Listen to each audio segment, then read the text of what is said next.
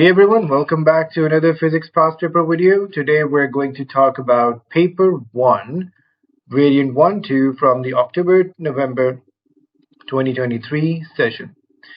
Before we go into the paper, some resources that are already available for you on Patreon. You can see the link below in the video. What it contains at the moment. It contains AS definitions and formulae. As you can see, it's a list of all the key terms and definitions. The table that you just saw was reasonable estimates.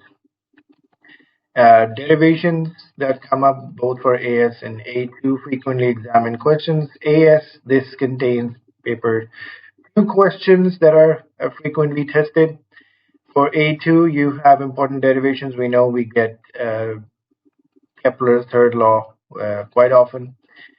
Then we have A2 definitions and formulae, similar document as with the AS.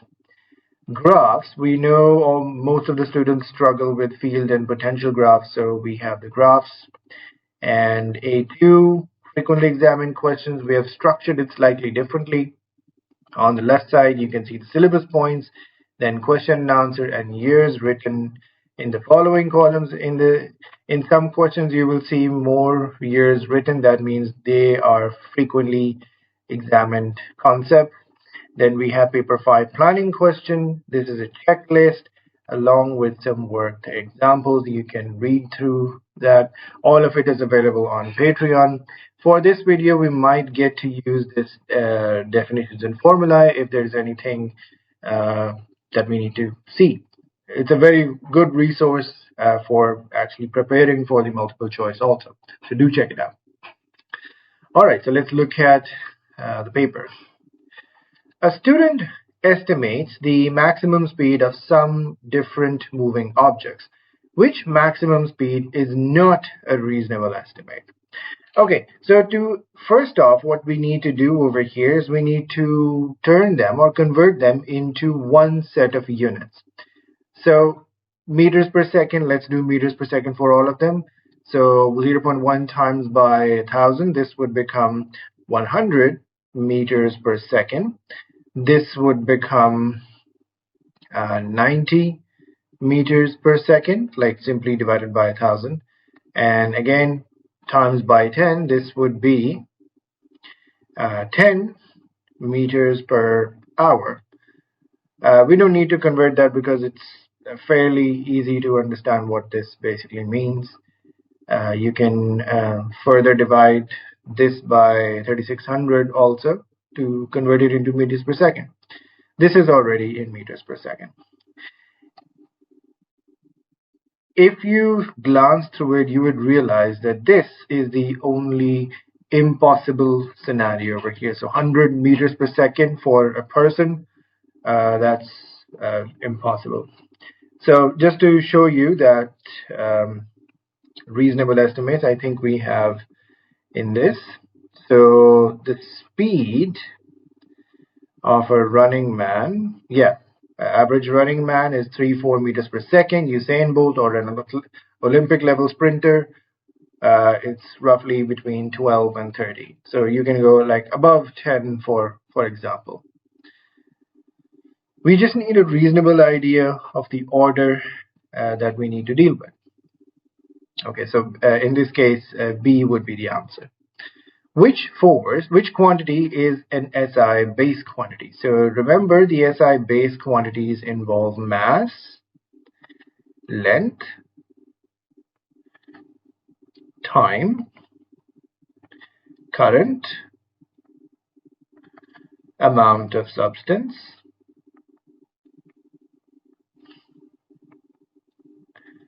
absolute temperature,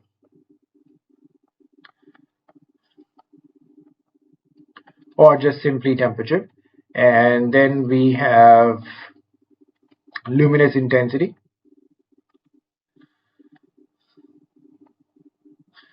So any quantity not from this list is a derived quantity. So force is a derived quantity, derived from mass and speed and momentum basically. Newton is a unit of the force, so we are looking for quantity, not units. Second, although you might feel that this is the correct answer, this is not. This is a unit. This is a unit, this is a unit, this is a quantity, and this is a quantity. So we need an SI base quantity, so time would be the right answer. A student takes measurements to determine the constant acceleration of a model car moving from rest in a straight line. The measured values with their absolute uncertainties are shown. Student uses the equation S is equal to half AT squared to calculate the acceleration of the car. What is the acceleration and its absolute uncertainty? So first off, you need to be able to find out the acceleration. So this would be 2s over t squared.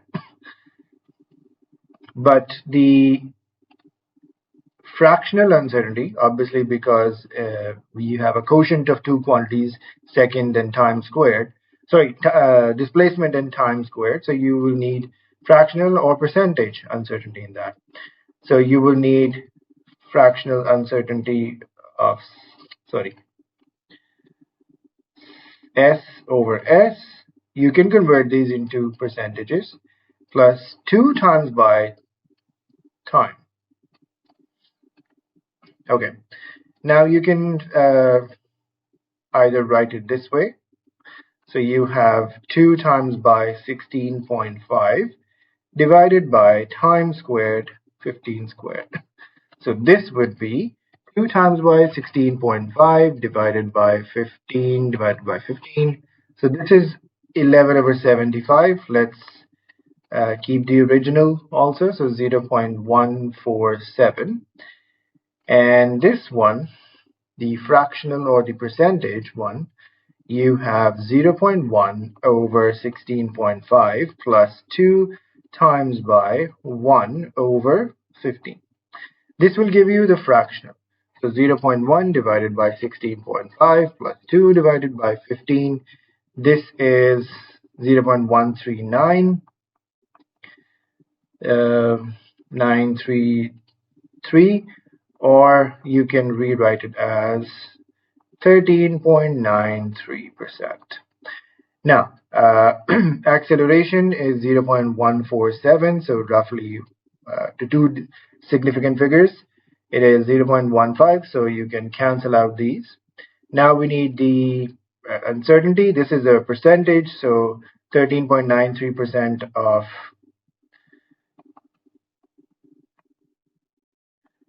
times by 0.147. Alternatively, you could write this also.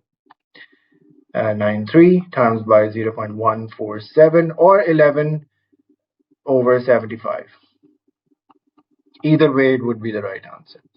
Now this times by 11 divided by 75, this is 0.02. And we just need to give it in one significant figure, the uncertainty. So as you can see, 0.02.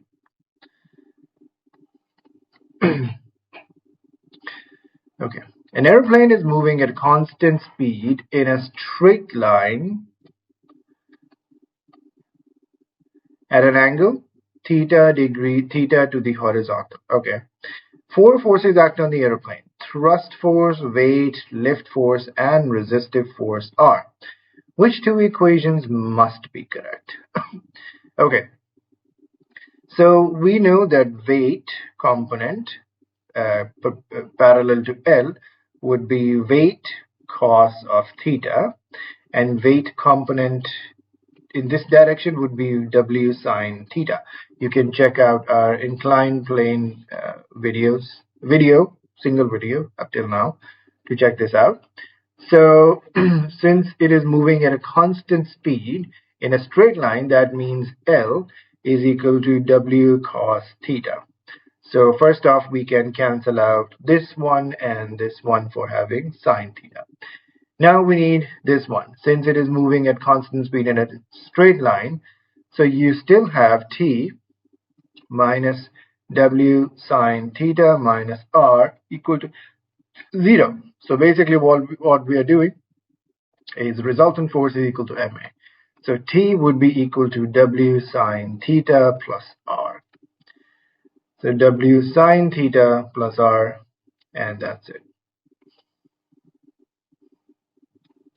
What is the definition of acceleration? We know it's change in velocity over change in time, or rate of change of velocity with respect to time. An astronaut on the moon, where there is no air resistance, throws a ball. The ball's initial velocity has a vertical component of 8 meters per second and a horizontal component of 4 meters per second. The acceleration of free fall on the moon is 1.62 meters per second per second. What is the speed of the ball 9 seconds after being thrown? So we know that Vx, the horizontal velocity, would remain 4 meters per second, but we just need to find out V. So if we take this direction to be positive, we can use V is equal to U plus AT, and this can be transformed into Uy minus GT, or minus AT. Minus GT. In this case, this is G of mole. So this would be Uy 8 minus 1.62 times by 9. So this would be 8 minus 1.62 times by 9. This is minus 6.58 meters per second. Basically, this means that this is going downwards at 9 seconds. So we need the speed, so that means we need the magnitude of velocity. So 4 squared plus 6.58 squared and whole under root. So this would be 4 squared 16 plus 6.58 squared. So this is going to be 7.7. So B would be the right answer. Two blocks of mass 0.2 kgs and 0.5 kgs are connected by a light inextensible string that passes over a frictionless pulley. The blocks are initially held stationary. The block of mass 0.2 kgs rests on a rough horizontal surface. Rough means there's going to be a friction on the horizontal surface. The block of mass 0.5 kgs is suspended in air. Air resistance is negligible. When the blocks are released, they have an acceleration of magnitude 2 meters per second, and this acceleration will be shared between these two objects. What is the magnitude of the frictional force between the block of mass? Okay, all right. So remember, when we have these, we use the connected particles theory. So the weight is 0.5 g. The tension is this, and the tension is this in this direction for this one, and weight downwards 0.2 g. And there is going to be a resistive force also, friction force. Let's call it F. All right. Now, since this block is going downwards, you have 0.5 g minus t equals to 0.5 a. The second one is going to be t minus f equals to 0.2 a. Now, what do we need over here? Right, okay.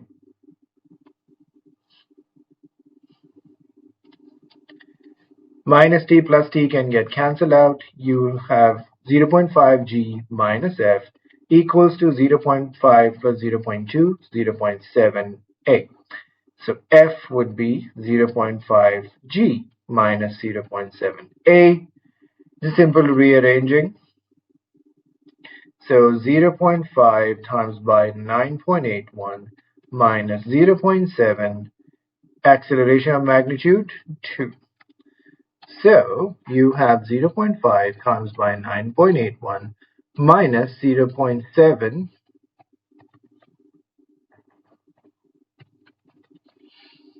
So 3.505, so rough. So this A would be the right answer. A resultant force causes an object to accelerate. What is equal to the resultant force? That is rate of change of momentum. Change in momentum of the object per unit time. We don't need to look at the other ones, because this is the definition of the Newton's second law.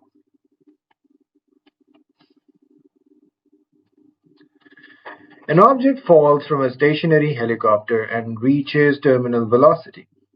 It reaches terminal velocity because the resistive force or the drag force would equal the weight at some point. What happens to the acceleration of the object between leaving the helicopter and reaching terminal velocity? Okay, so to show this with a graph, you have time, we have velocity. Now, normally, without the air resistance, it would be this thing. Sorry, this thing. This thing. Depending on what direction you are taking. Sorry, no, it's the other way around, my bad. It's this thing, sorry. It falls from a stationary helicopter. Sorry, my bad. 0, 0. It would be this thing. But due to the air resistance, it would deviate like this. It would initially have the same acceleration as 9.8, but it would very soon after that, it would deviate because the acceleration will start to decrease. And why does it decrease? Because drag force starts to cancel out or balance the weight. When it does, it will be flatlined, acceleration will become 0. So it decreases to 0. Two balls of masses m and 2m traveling in a vacuum with initial velocities 2v and v respectively collide with each other head-on. After the collision, the ball of mass m rebounds to the left with velocity v. What is the loss of kinetic energy in the collision? Okay, so basically we need to find out what's the v for the object 2-1 after the momentum. So before and after principle of conservation of momentum, you have, let's say this direction is positive. So it will be m times by 2v plus 2m times by minus v equals to m rebounds to the left. That means it's in the negative direction with velocity v minus v plus 2m. Let's call it x over here just to find that. M gets cancelled. You have 2v minus 2v basically becomes 0. So this becomes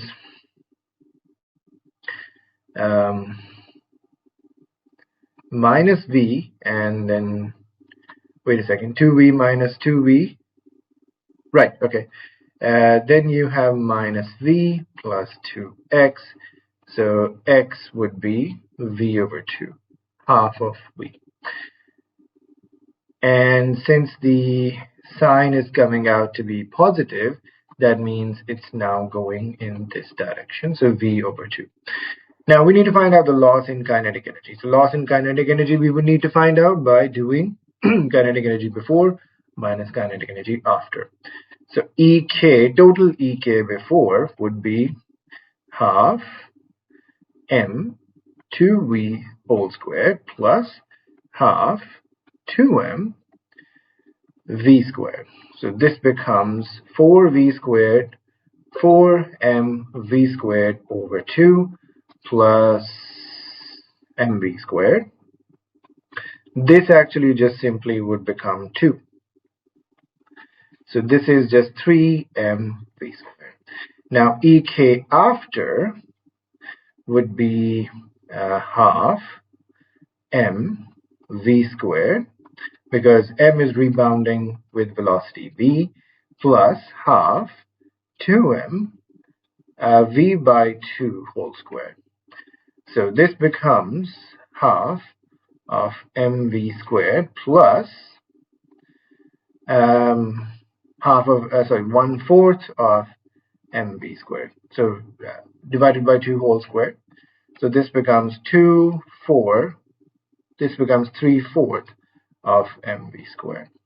Now just do 3 minus 3 by 4. So basically this becomes 4, 4, 12 minus 3. That is 9/4. So this becomes 9/4 mv squared. So 9/4 mv squared. A force F is applied at an angle 45 degrees to a door handle at a distance d from the pivot of the handle. What is the moment of the force about the pivot? Okay, so remember, it's the perpendicular distance to the line of action of force. So this is going to be force F cos 45 times by d. Cos of 45, if you're not already familiar, it's under root 2/2.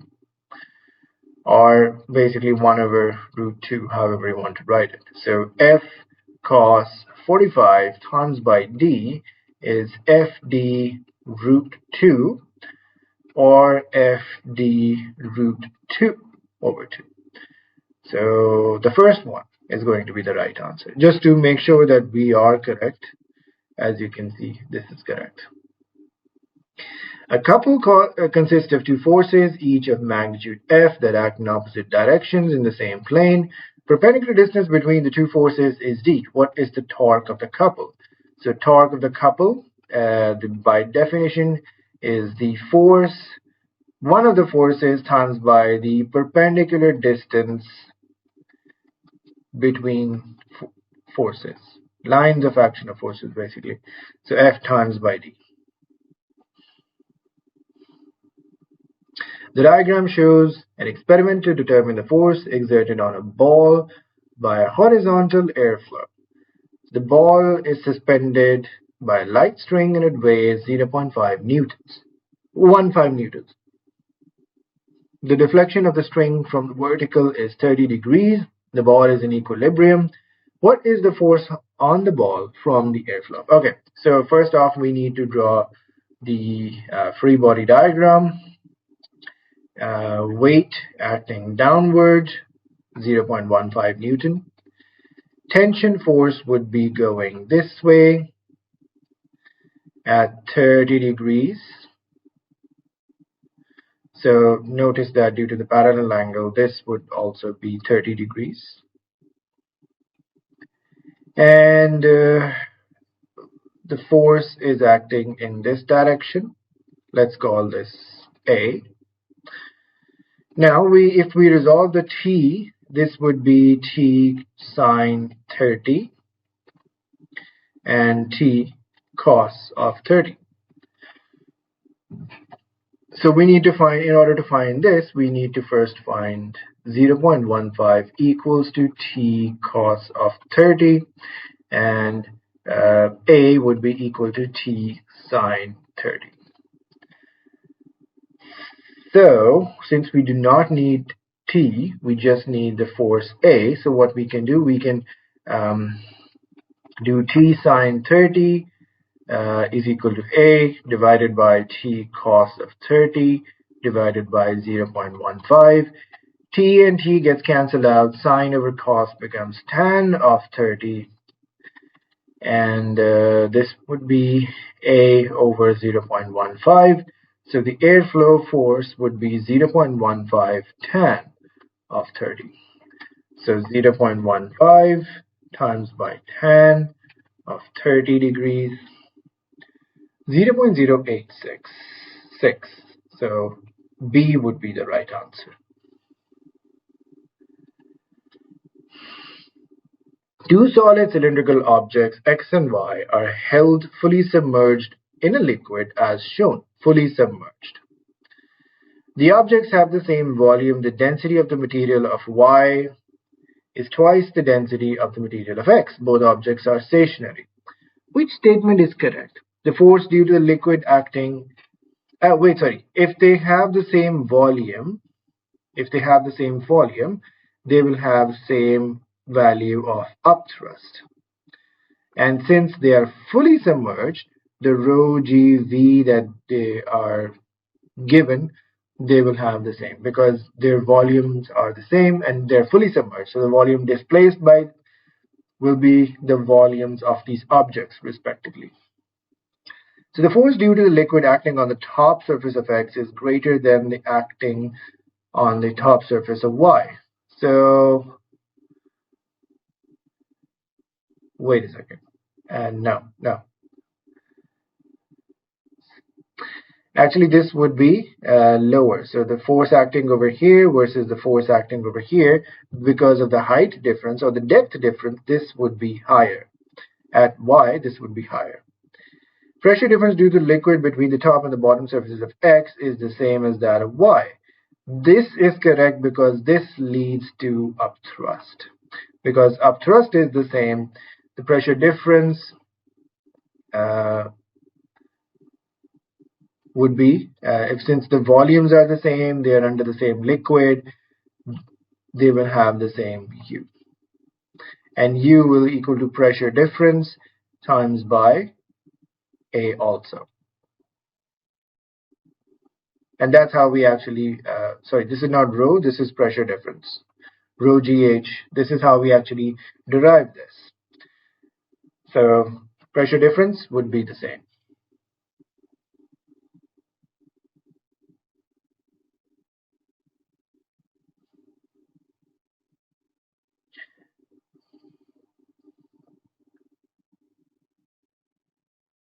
Oh no, sorry, no, pressure difference. This is going to be the upthrust acting. Sorry, I actually wrote the right thing, but I forgot. The cross-sectional area of X is less than cross-sectional area of Y. So by looking at this thing, this would be there's a difference between them. At this point, the pressure acting on the bottom face of X is higher than the bottom face of Y, but to compensate for that is this equation rho gv.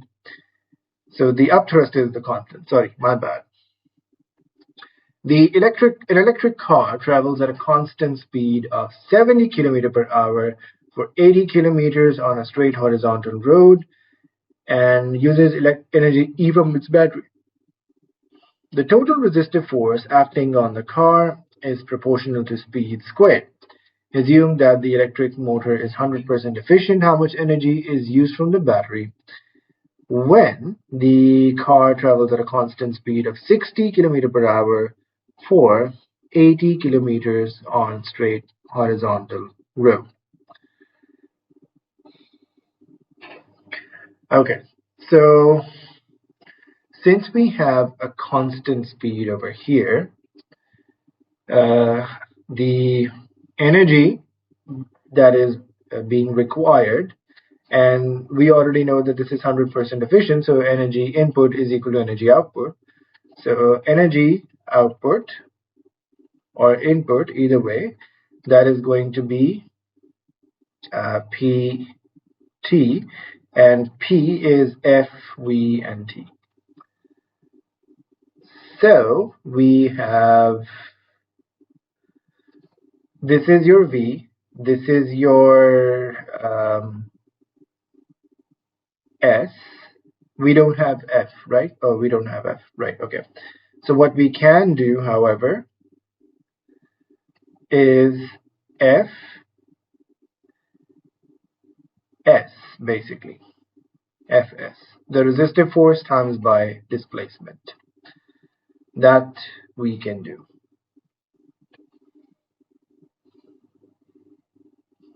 And this F has a relationship with the speed squared. So F2 V2 squared, FV squared. The F2 V2 are the next ones, are the second scenario. So we can find out what's this, how the energy is used. So E is when F 80 kilometers. We don't know what F is, right? Well, we do know that it's some multiple of v. However, if you look at the second scenario, where it's at a constant speed of 60 for 80 kilometers again, we can actually figure this second one. So F2 would be v squared is 60 squared. This is the break. V was originally 70 kilometer, and then this multiplied F, so that we get in the difference of as a multiple of F. So 3600 divided by 4900, that is 36 over 49. So that is 0.735 F. So this is now the force that is acting in the second scenario. So E prime nu, let's call it E2, F2 times by 80. So this is going to be F2, which is 0.735 F times by 80. So you get this thing over here, 0.735 F times by 80 was E. So you have 735 or 73 E. What is meant by efficiency of the system? It's basically energy output over energy input, or power output over power input. Useful power input, useful power output. Total energy input to the system divided by useful energy output from the system divided by the energy wasted by the system. No. Useful energy output from the system divided by total energy input to the system. C is the correct one. When an object of mass m is raised through a vertical height h, so let's say this is the object and it's raised to the height h, the gain of its gravitational potential energy is delta EP, okay? Delta P, delta EP, and delta H are related by equation this, where G is the acceleration of free fall. The definition of which physical quantity is needed to derive this equation. So basically, this thing is based on work done against gravity. Because let's say, for example, you have weight and you have some force that you are using, and if force is equal to weight, your F minus weight would be equal to 0. So if you multiply the H on both sides, you have FH is equal to weight H. So work done by the lifting force is equal to work done against gravity. And this leads to the MGH. So this is derived from work done. 3 identical springs, each with the same spring constant, are connected together in 4 different arrangements. Which arrangement has the largest combined spring constant? So remember, in series, their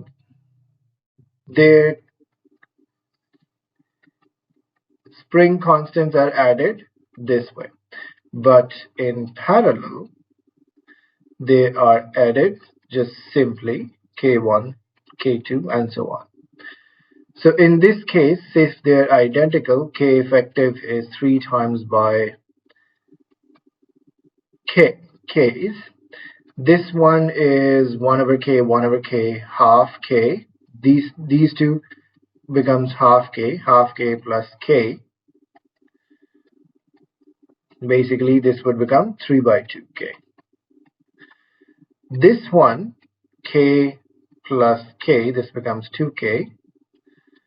2k series with k, this becomes 1 over 2k plus 1 over k, 2 times by 2. So this becomes 3 over 2k, which becomes 2k over 3. Remember, we are talking about the reciprocal. And this one, this would be 1 over k, 1 over k, 1 over k. So this would become 1/3 of k. Now, which has the largest combined spring constant? You can see that this is B. The force extension graph for a wire is shown. Which row could identify the labels X, Y, and Z? Okay, so X is the straight line region. So this is where the Hooke's law is obeyed. Y is the ductile region of this, where even a small amount of force is causing a lot of uh, deformation, and this is most likely a plastic region. Plastic region means that once you remove the force, it doesn't go back this way, it goes this way. However, Z is where the straight line ends, so this is your limit of proportionality. Proportionality basically F and X proportionality, Hooke's law. So let's see what options do we have. So if Z is limit of proportionality, others are cancelled. Now let's check out the Y is the region of elastic deformation. Yes, that would be correct. This is correct. This is correct. Region of plastic. No. Wait. Sorry, it's the other way around. Y is this region. X is this region. So X is the elastic. Y is the plastic. So D is the correct one. X and Y are 2 points on the surface of water in a ripple tank. Source of constant frequency generates a wave which travels past X and Y, causing them to oscillate vertically. What is the phase difference between X and Y? Okay, so if you make this graph, basically, this is roughly at 0, or you can say, let's say for example, this is 0, this is 180, this is 360. And same 0, it starts with 0 back again. So this point would be at 90 degrees, or 360 plus 90, which is 450. So the difference between them, as you can basically see, this is 270 degrees. So like at this point, this and this point would be phase, they will be in phase, 360 degrees phase difference or 0 degrees phase difference. So between X and Y would be 270. A transverse wave on a rope has wavelength lambda and period t. The graph shows the variation of displacement of particles of the rope with distance in the direction of travel of the wave at time t is equal to 0. The particle X is labeled. Which graph shows the variation of the displacement of the particle with time t? Okay, so if this is at time t is equal to 0, so remember the wave is going in this direction. So this particular point is going to come over here. So X is actually going to come down first. Okay, and this point is going to go this way. This point is going to come over here. So anything that tells us that X is going to go down first is this one. So it's going in the negative displacement first. That this would be C. It's going in the negative first. It will go this way, then it will come back up. So it would be C. It first goes back down, then goes back up. A source of sound waves is moving at a constant speed directly towards a stationary observer. Moving directly towards, this is a Doppler effect. Frequency observed would be higher than original frequency. Observed wavelength would be lower than the original wavelength.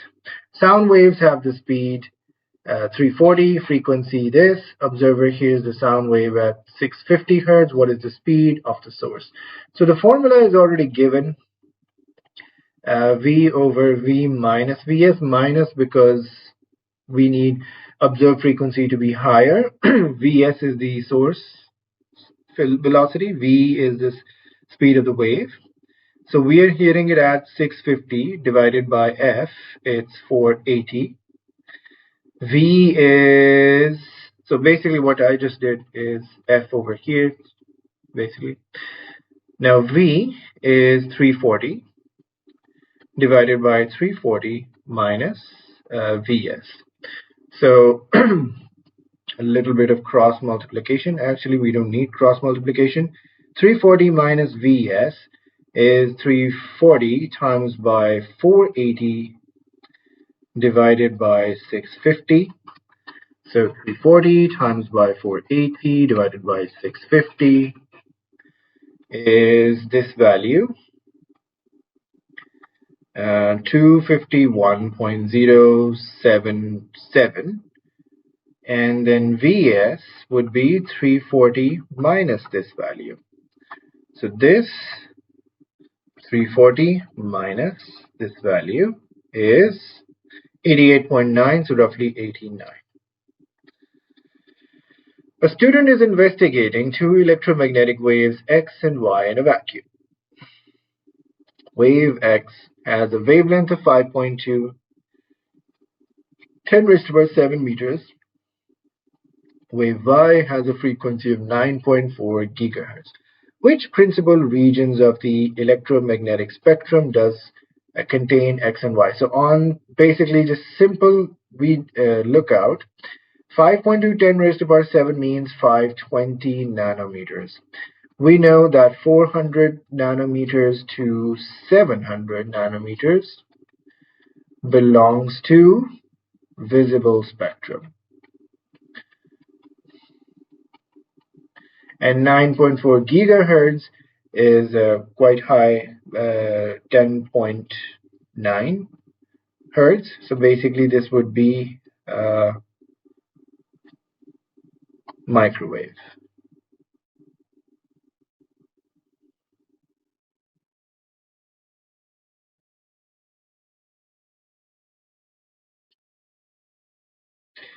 X has a wavelength, so this would be C. We can see this in the we had over here, electromagnetic spectrum. Okay. So if you look at the frequency, 10 raised to the power 9, 10 raised to the power 11 gigahertz. Okay, all right. A plane polarized light of wavelength of intensity I0 is incident normally on a polarizing filter. The initial intensity of the transmitted wave is 0.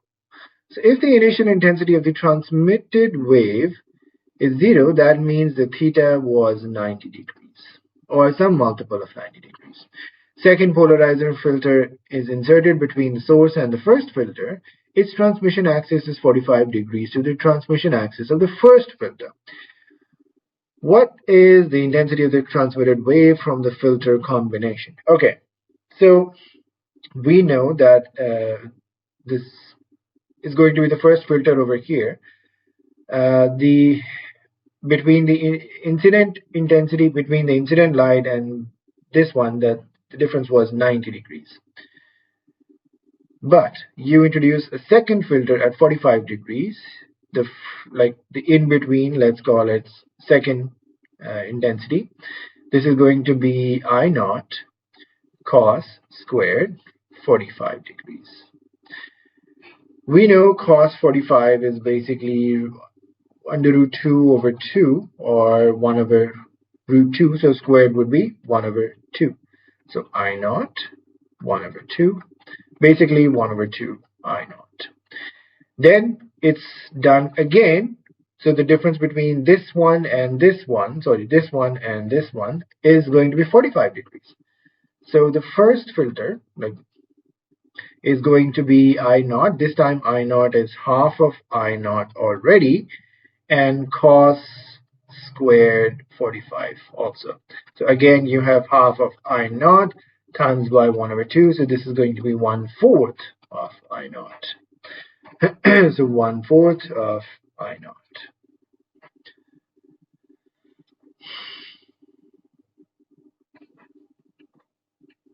Okay. What can explain how stationary waves are formed during progressive waves? From progressive waves. So basically superposition principle. So when two identical waves moving in different directions meet at a point, they undergo superposition and form stationary waves. A pipe has a length of 2 meters. It is open at one end and closed at the other end. A stationary sound wave is set up within the pipe. There are 4 nodes, 4 antinodes. What is the wavelength of the sound wave? Okay, so remember one thing. Node to node distance is lambda by 2. So this is lambda by 2, this is lambda by 2, this is lambda by 2. So this means that the total distance is L, let's call it L over here. So 3 times by lambda by 2, and antinode to node is lambda by 4. So this 2 meters length is 3 lambda over 2 plus lambda by 4. So you can multiply by 2 over here. So this is 6 lambda plus lambda over 4, 2. So this would become 4 times by 2, 8, and this is 7 lambda. So lambda is 8 over 7. So 8 divided by 7 is 1.142. This is going to be B. A teacher is explaining diffraction to a group of students. Which piece of apparatus is the most appropriate for the students to use to demonstrate diffraction? So diffraction is used with ripple tank water waves. Okay. Coherent light of constant wavelength is incident normally on a double slit. Interference fringes are formed on a screen that are at a fixed distance from double slit. Screen is parallel to the double slit. Separation of the slits is varied. Which graph best shows the variation with slit separation A of the spacing x of the interference fringes? So x is equal to lambda is equal to ax over d. Lambda is constant, d is constant. So lambda d is constant, which basically means ax is constant. And basically what that means is a is inversely proportional to x, or a is a constant over x. So we know the reciprocal functions. Reciprocal functions have this form. This is going to be A. So either way you want to put it, x inversely proportional to A, it would be this A graph. The light of wavelength 690 nanometer passes through diffraction grating with 300 lines per millimeter, producing a series of bright spots maxima on the screen. What is the total number of bright spots that are produced? Okay, so first off, we need to decode what this means. This is number of lines per millimeter. So line spacing would be in 1 millimeter, you have 300. So basically 1 divided by 300,000. So this would be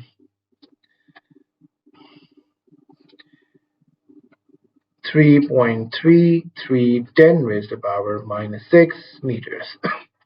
Okay, so we need to find out at sine 90 what is the n that comes over here.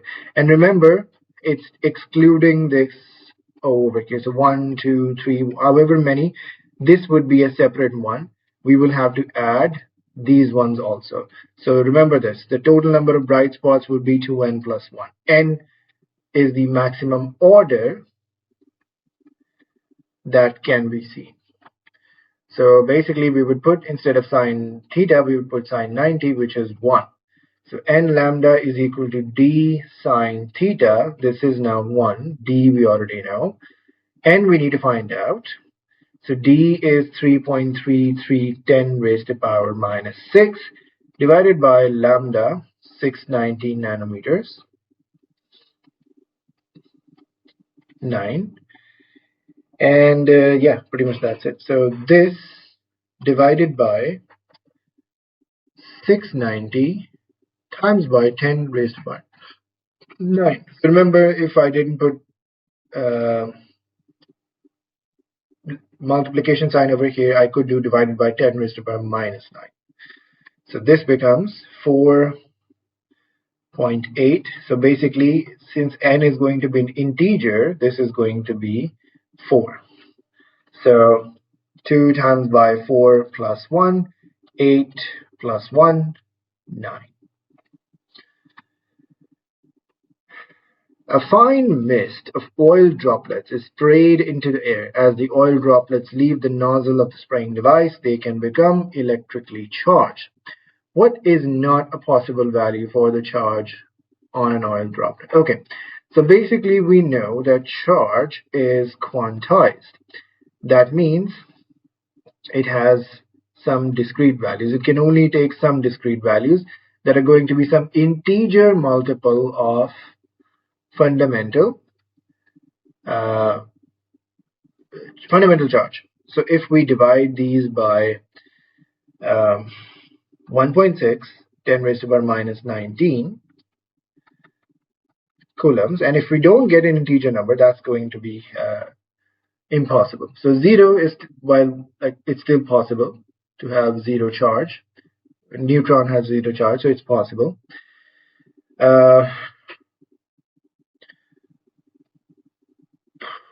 Okay, so since the powers are the same, we just need to do 1 divided by 1.6, 4.8 divided by 1.6, and 8 divided by 1.6. Remember, you can barely, you know the maths over here, so this is going to be 1 over 10 over 16, this is going to be 48 over 16, this is going to be 80 over 16. Simple math over here, nothing new. This is going to give us an integer because 16 times by 5 is 80. 16 times by 3.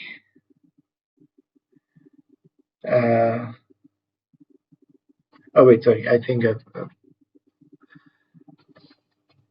sorry. Yeah, sorry.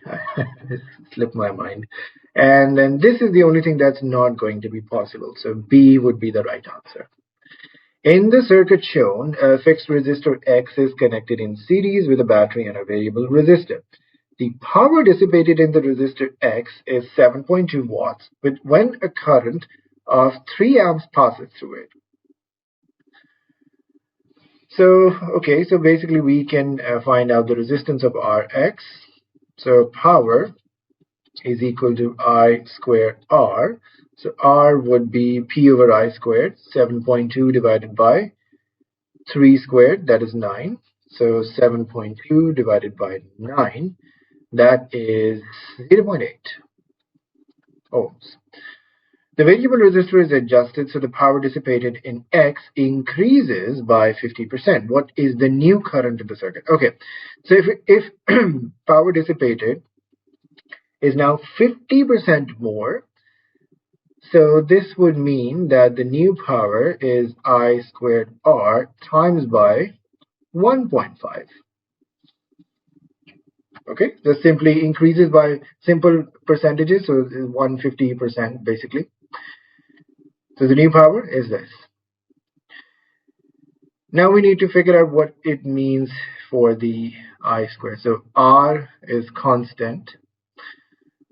How do we get this and this together?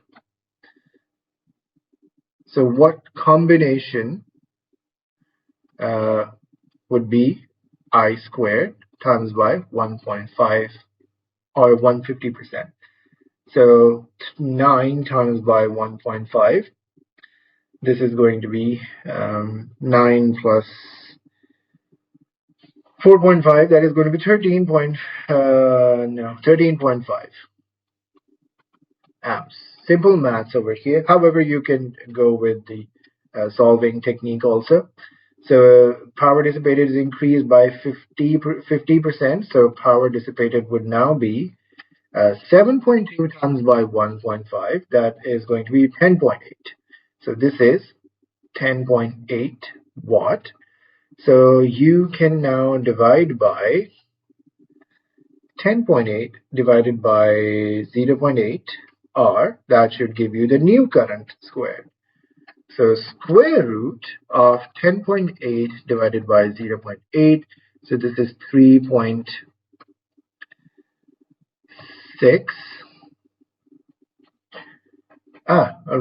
Right, okay. So 3.6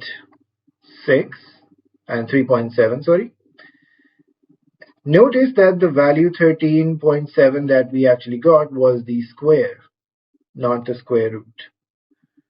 So this is going to be I squared, like the new I squared basically.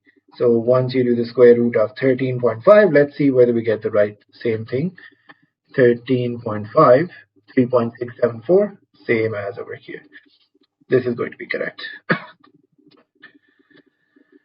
Okay, the potential difference across a metal wire is kept constant. The length L and the diameter D of the wire are both varied. The type of metal is kept the same. So if the type of the metal is kept the same, that means rho, the resistivity, is constant. Potential difference is constant, so V is constant. How is the current in the wire related to L and D? So I is V over R, and R is L over D squared. Proportional to, because area, cross-sectional area, is pi d squared over 4. So if you just want the gist or the summary, that would be this. So this translates to, if R is inverse, so I is inversely proportional to R, I would be proportional to d squared and L.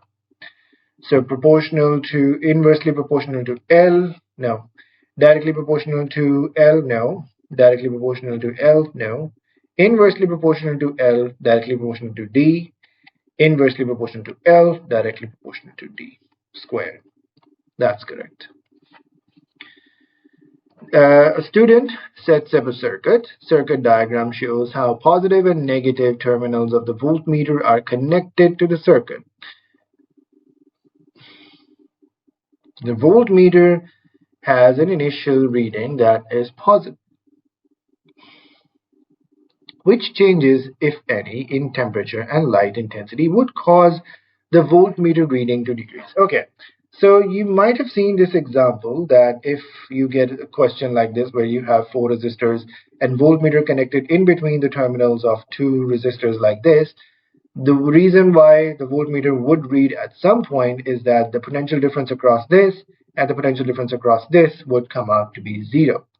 Now we need the voltmeter reading to decrease. We need the potential difference between them to decrease. So V across variable resistor. So potential difference across variable resistor, we need Um, if it's positive, that means this is higher. This is higher. So we need to decrease this one, and potential difference across the fixed resistor, this one, fixed resistor, to increase. To increase this, we need to decrease the potential difference on LDR. Okay, now we just need to figure out how to accomplish both of these things. Sorry, this was not the variable resistor, I have thermistor. So we know when the temperature increases, resistance decreases. So we need temperature to increase. Resistance of the thermistor would decrease, reducing the potential difference. Similarly, we need LDR, light intensity, to increase, resistance of the LDR to decrease, so light intensity also increase. Both of these things should increase. Some resistors and a battery of electromotive force E and negligible internal resistance are connected in series as shown. Which statement is correct? EMF across each resistor equals the potential difference across the battery. Okay, so what we are actually seeing over here is Kirchhoff's second law. So which basically states that the sum of EMFs is equal to the sum of potential differences across the devices, resistors basically. So that's what we're looking for. Potential difference across each resistor equals the EMF of the battery. Both A and B are wrong. Sum of EMFs across the resistors equal the potential difference across the battery. This may sound correct, but no, because EMFs happen across the batteries. Sum of potential differences across the resistors equals the EMF E of the battery. Kirchhoff's first law is a consequence of conservation of which physical quantity? So remember, first law is based on the conservation of charge, and the second law is based on conservation of energy. First law, charge. The diagram shows a network of resistors. Each resistor has a net resistance of 6 ohms. What is the total resistance of the network between points X and Y? Okay, so remember, this is going to be straightforward. So if you have R, R, R, you have 1 over R plus 1 over R plus 1 over R. This is going to be a pattern over here. So this will become 3 over R, meaning that the effective resistance between this parallel combination will be R over 3.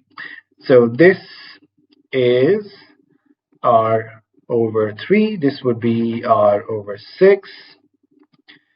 This would be R over 3 again. Now that they have been reduced to series, basically, this is R over 3. This is R over 6 and R over 3. Now we can add the resistance normally. R over 3, R over 6, times by 2, times by 2, times by 2, times by 2, just to make the denominators the same. So you have 6, 2R plus 2R, 5R over 6. So 5 over 6 times by 6, so that's just 5 ohms.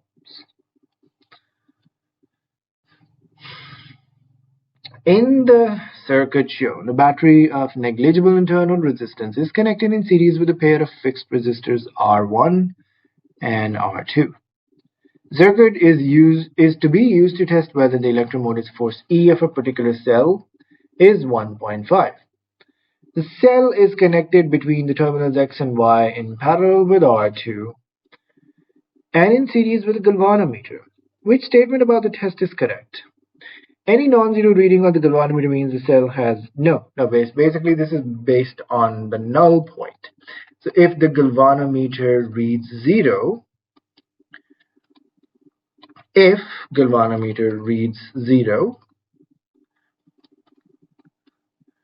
then the EMF is going to be equal to 1.5.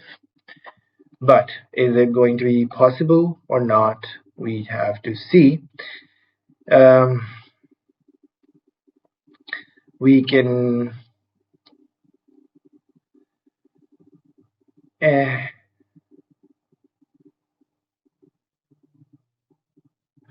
the battery does not need to have an EMF of 6 volts. Actually, yeah, that's not necessary, but let's see if we can get that. So 20 over 20 plus 60, 80 times by 6, so 1/4, so 3 by 2, that is 1.5. So if the galvanometer reads 0, it should be 1.5. So any non-zero reading on the galvanometer means the cell has EMF of 1.5? No. Cell may be connected either way round between X and Y. No, it has to be in this configuration. Galvanometer does not need a scale uh, calibrated in amperes. Actually, that's true. That's true, because we just need to know whether there is a reading or not. A simple movement of the needle is going to be enough to show us, because we just need it to read 0. Battery does need to be 6.6 volts, because the configuration of resistors that we have chosen need to give, when multiplied by 6 volts, should give us 1.5. So yes, 6 volts needs to happen. Two nuclides are different isotopes of the same element. Different isotopes means different mass number, which basically loosely means different neutron number. Sorry. Neutral atoms or nuclides have same number of electrons. Yeah, wait a second. Yeah, they will have the same proton number, different mass number, and neutral atoms of these nuclides will have same number of electrons, because electrons will equal to the proton number. But let's see the other ones also. Nuclides have different number of protons, have same number of nucleons, no. Have same number of neutrons, definitely no. So A is the only thing correct. The charge to mass ratio, R of a particle, is given by the equation shown: charge of a particle, mass of a particle. Value of R is determined for an alpha particle, beta plus particle, and a proton P. Which list shows the particles in order of increasing magnitude of R from left to right? So we need an increasing magnitude. Right, okay. So a proton P, okay. So R of proton, you have charge 1e over mass is 1u. Let's just stick to this one, and then we'll see. We can compare this based on this ratio. And then we have alpha. You have 2e over 4u, which is basically half of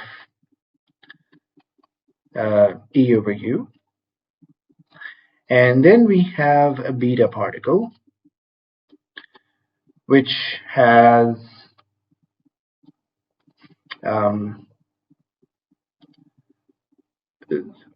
1e, or at least this charge, and a very low 1 divided by 1000, 2000, sorry, 1 divided by 2000, 0.00.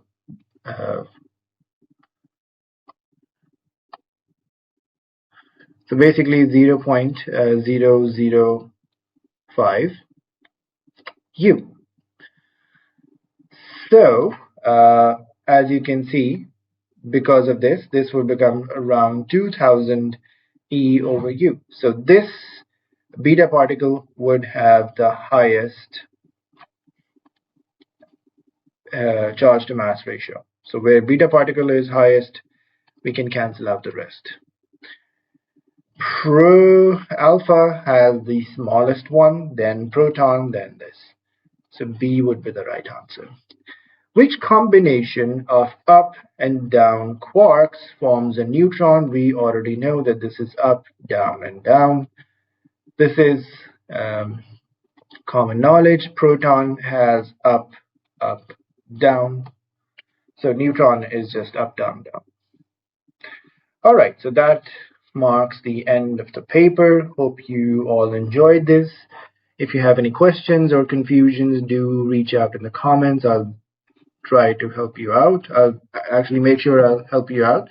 If you think some questions explanation was insufficient, do reach out in the comments. Maybe I can try to help you now. And do check out the grade booster pack, which is available on Patreon. As you can see, this is a full grade booster from AS to A2, and this is going to be very important to go from a B or C grade to an A grade.